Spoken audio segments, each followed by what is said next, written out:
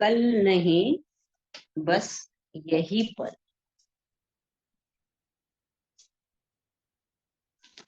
कल्पनाओं की उधेड़ बुन मन को अशांत करती है। कल्पनाओं में खोकर आज का सुख चैन समाप्त मत करो।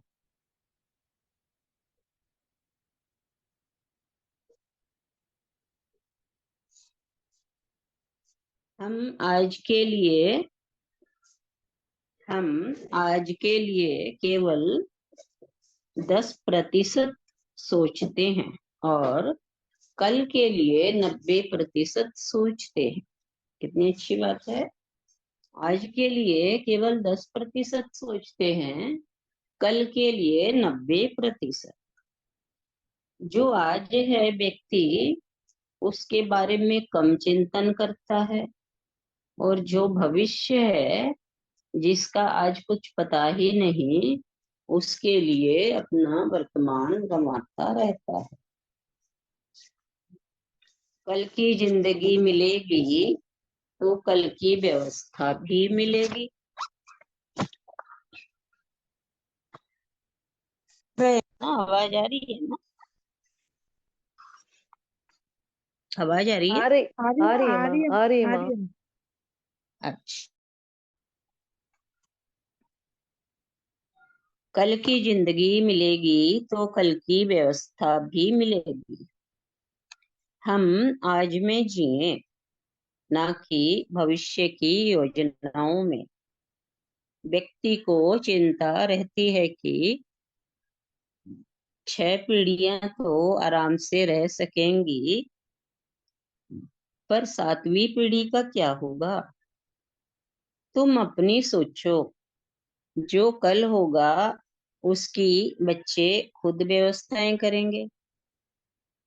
भविष्य की चिंता में आज के आनंद से क्यों वंचित रह रहे हो? मुझे याद है, एक दंपत्ति के संतान नहीं थी। शादी को 16 साल हो चुके थे। ना ही पुत्र हुआ ना पुत्री। सभी देव देवताओं को मनाया, तंत्र मंत्र भी किया, पर कोई लाभ न हुआ। आखिर एक ज्योतिषी के पास गए। उन्होंने सुन रखा था कि ज्योतिषी जी कुछ भी कहते हैं तो वो जरूर पूरा हो जाता है। तो उन्होंने अपनी जन्म पत्रिकाएं दिखाई। ज्योतिषी ने जन्म पत्री देख कर कहा, संतान का योग तो है, और ठीक 9 महीने बाद तुम्हारे संतान होने वाली है। उन्होंने ज्योतिषी को 500 रुपये दिए और घर आ गए। 9 महीने बाद अपने यहाँ बेटा होने वाला है, इस खुशी में भर गए। उन्होंने योजनाएं बनानी शुरू कर दी घर आकर, कि बेटा होने वाला है तो क्या क्या करना है। सोचने लगे पति पत्नी की 16-17 साल का जब बेटा हो जाएगा तो वे नगर के सबसे संपन्न लोगों में से हो जाएंगे और सभी को बुलाएंगे। और किसको बुलाएंगे, उनकी सूची बनाई। कुछ सुझाव पत्नी ने भी लिखवाए। उसके लिए कैसे खिलौने लाने हैं इसकी चर्चा भी हुई। कैसे कपड़े बनवाए जाएंगे इस पर भी बात कर ली। लड़का बड़ा होगा तो उसे पढ़ाएंगे लिखाएंगे, अच्छे स्कूल में दाखिला करवाएंगे। लेकिन बड़ा होकर क्या बनेगा? पति ने कहा, अपने बेटे को तो डॉक्टर बनाएंगे। पत्नी ने कहा, अरे छोड़ो, आजकल डॉक्टरों को पूछता कौन है। थोड़े दिनों बाद हालत ये हो जाएगी कि डॉक्टर ठेला गाड़ी लेकर चलेंगे और आवाजें लगवाएंगे कि इंजेक्शन लगवा लो, इंजेक्शन। मैं तो अपने बेटे को एमबीए कराऊंगी। आजकल उसकी ज्यादा कीमत है। पति ने कहा, नहीं, एमबीए नहीं कराएंगे, डॉक्टर ही बनाएंगे। दोनों में तनातनी हो गई, झगड़ा हो गया। दोनों अपनी अपनी बात पर अड़ गए और बात बढ़ती गई। रात भर विवाद चलता रहा। दोनों एक दूसरे से नाराज हो गए।